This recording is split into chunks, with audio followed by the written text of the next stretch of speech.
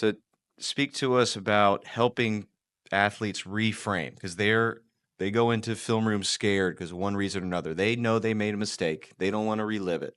But how can you help reframe an athlete's mind to watch a mistake as this opportunity for growth versus this hideaway moment where I'm putting on my hood and putting my hood down and like Homer Simpson sneaking into the bushes?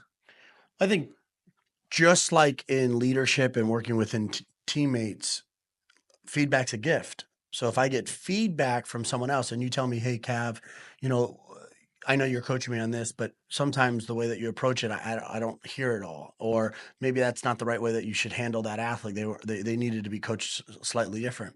I could be emotional about it and be like, hey, and I could be aggressive.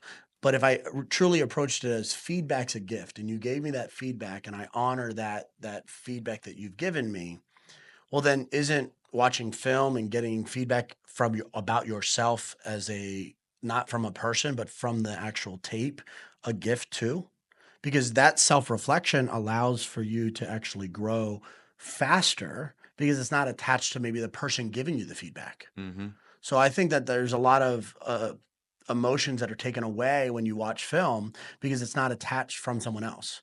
If you add the coach in the mix and then he gets on you, well, it's like the biggest part of watching film that's tough is the embarrassment because your teammates are in the film room. Like if I'm in the linebacker room and as a unit, we're watching film, we all know that I missed that play, or, I stepped up into the hole and then I got down blocked by a 330 pound, 6'5" tackle and I got blindsided and cracked. Like I don't want to rewind that tape. I already know what that felt like, Mm-hmm. but the embarrassment of my peers realizing that I missed that play is already hard enough.